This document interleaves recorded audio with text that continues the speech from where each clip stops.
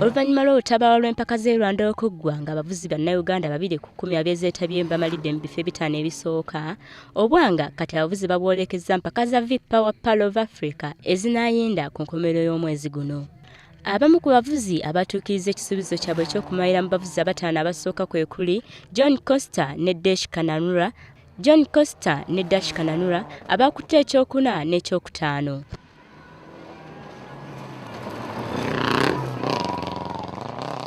Wabula n'abalala basatu okuli Wilberforce Polepole, Yasin Nassa ne Haj Abdul Sempeebwa nabo basobodde okumalira mu bifo 10 ebisooka.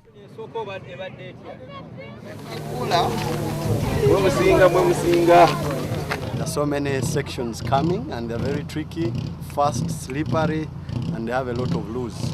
But from the one section we've done, I believe it's highly competitive, and the person who will take it is one who will exercise a lot of pressure. Bannayuganda abalala bataano okuli Edison Munyereza, Musa Kabega, Hassan Ali ne Fred Kitaka tebasobodde kumalako olw'emmotoka zaabwe okwonooneka ku lunaku olusooka n'olusembayo.